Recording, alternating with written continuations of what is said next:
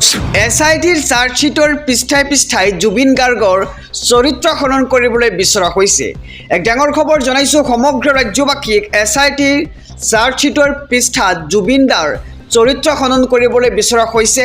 বিস্ফোৰক অভিযোগ এইবাৰ ওজাপৰ সভাপতি লুৰিণজ্যোতি গগৈৰ। এক ডাঙৰ খবৰ জনাইছোঁ বিস্ফোৰক অভিযোগ ওজাপৰ সভাপতি লুৰিণজ্যোতি গগৈৰ আৰু SITৰ চাৰ্জশ্বিটৰ জৰিয়তে অভিযুক্তক ৰেহাই দিব বিচৰা হৈছে।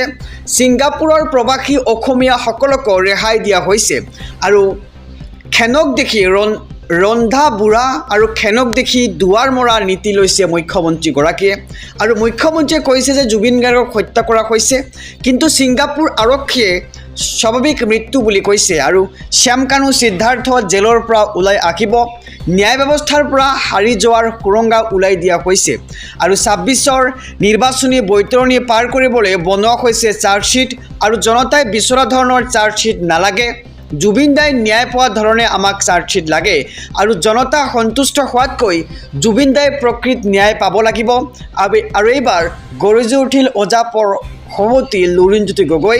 আৰু SITৰ চাৰ্জশ্বিটৰ পৃষ্ঠাত জুবিন দাৰ চৰিত্ৰ খনন কৰিবলৈ বিচৰা হৈছে।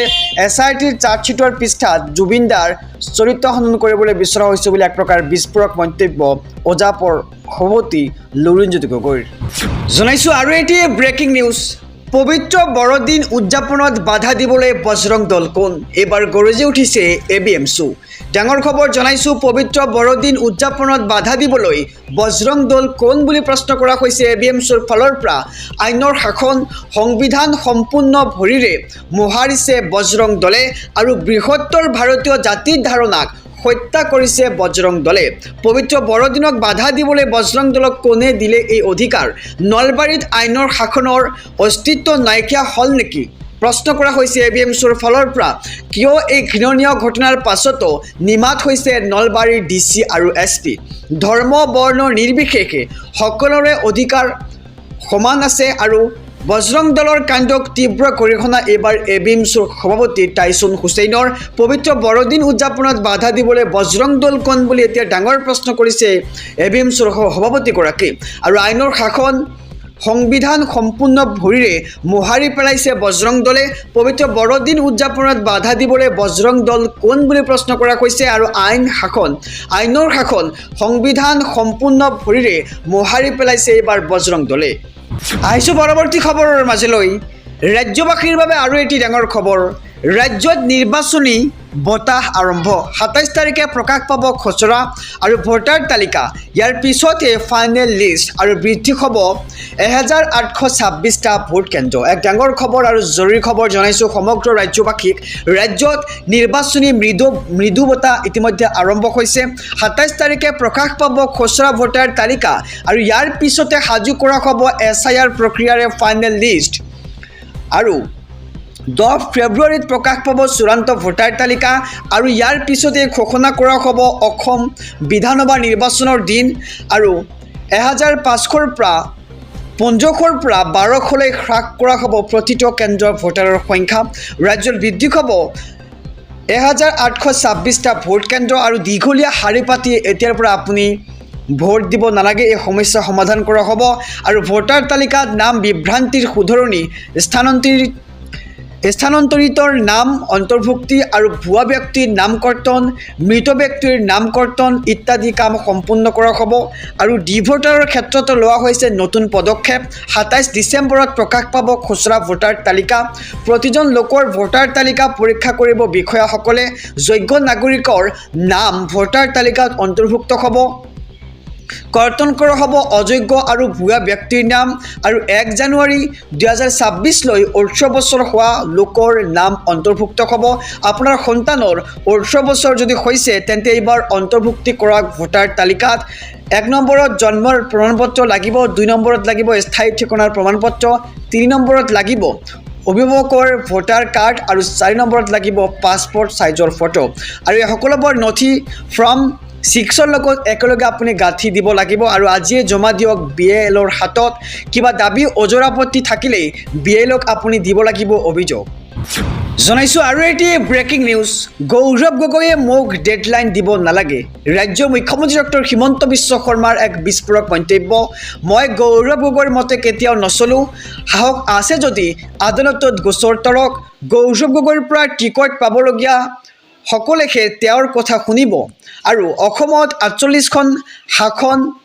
48খন আসন মুছলমানৰ বাবে সংৰক্ষণ হ'ব লাগে বুলি কংগ্ৰেছৰ মানুহে কেনেকৈ ক'লে গৌৰৱ গগৈয়ে বৰ্তমান নিজৰ সন্তানৰ নাগৰিকত্ব ভাৰতীয় কৰিলে নে নাই তাক লৈ প্ৰশ্ন কৰিছে এইবাৰ ৰাজ্যৰ মুখ্যমন্ত্ৰীগৰাকী আৰু গৌৰৱ গগৈয়ে মোক ডেডলাইন দিব নালাগে মই গৌৰৱ গগৈৰ কথা মতে কেতিয়াও নচলোঁ সাহস আছে যদি আদালতত গোচৰ তৰক আৰু গৌৰৱ গগৈৰ পৰা টিকট পাবলগীয়া সকলোৱে তেওঁৰ কথা শুনিব অসমত 48খন আসন মুছলমানৰ বাবে সংৰক্ষণ হ'ব লাগে বুলি কংগ্ৰেছৰ মানুহে কেনেকৈ ক'লে তাক লৈ এতিয়া প্ৰশ্ন উত্থাপিত কৰিছে ৰাজ্যৰ মুখ্যমন্ত্ৰীগৰাকীয়ে জনাইছোঁ আৰু এটি ব্ৰেকিং নিউজ ডাঙৰ খবৰ চৰকাৰে কেৱল মুছলমান লোকলৈ উচ্ছেদৰ জাননী দিছে 522টা মুছলমান পৰিয়াললৈ উচ্ছেদৰ জাননী আৰু এইবাৰ গৰজি উঠিল AIUDF বিধায়ক সুজামুদ্দিন লস্কৰ আৰু চৰকাৰে কেৱল মুছলমান লোকলৈ উচ্ছেদৰ জাননী দিছে ইছলাম ধৰ্মী লোকসকলক বিজেপি চৰকাৰে টাৰ্গেট কৰি লৈছে চৰকাৰে জাৰি কৰা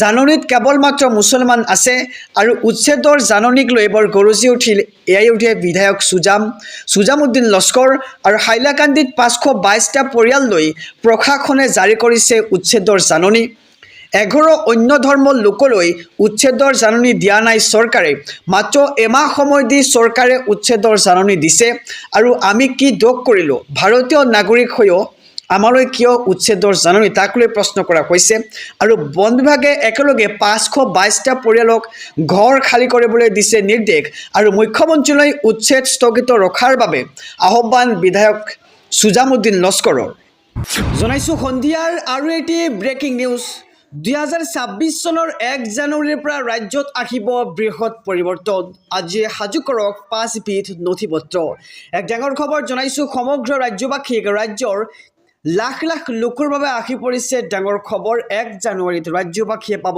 কেইবাটাও ডাঙৰ উপহাৰ আৰম্ভ হ'ব 4টাকৈ নতুন আঁচনি 1 জানুৱাৰীৰ পৰা ৰাজ্যত আৰম্ভ হ'ব বাবু আঁচনি আৰু যুৱকসকলে কৰিব পাৰিব আবেদন শীঘ্ৰে সাজু কৰক যাৱতীয় নথিপত্ৰ 1 জানুৱাৰীৰ পৰা মাত্ৰ 100 টকাতে আপুনি লাভ কৰিব দাইল চেনি আৰু নিমখ যি আপুনি বৰ্তমানে লাভ কৰি আছে 117 টকাত আৰু আপোনাৰ 70 টকা দিব নালাগে 100 টকাতে লাভ কৰিব দাইল চেনি আৰু নিমখ আৰু ৰেচন কাৰ্ডৰ হিতাধিকাৰীয়ে পাব এই সুবিধা 1 জানুৱাৰীত অৰুণোদয় হিতাধিকাৰীৰ বাবে মুখ্যমন্ত্ৰীয়ে কৰিব ডাঙৰ ঘোষণা বৃদ্ধি পাব পাৰে অৰুণোদয় আঁচনিৰ ধন বৰ্তমান 1250 টকা কিন্তু মুখ্যমন্ত্ৰী ঘোষণা কৰাৰ পিছত 3000 টকা পৰ্যন্ত পাব পাৰে অৰুণোদয় হিতাধিকাৰীসকলে আৰু জানুৱাৰীত ৰাজ্যবাসীক ৰন্ধন গেছত পাব ৰাজ সাহায্য মাত্ৰ 300 টকাতে লাভ কৰিব উজ্জ্বলা ৰন্ধন গেছ আৰু মুখ্যমন্ত্ৰী সুলভ ইন্ধন আঁচনিৰ হিতাধিকাৰীও পাব 250 টকা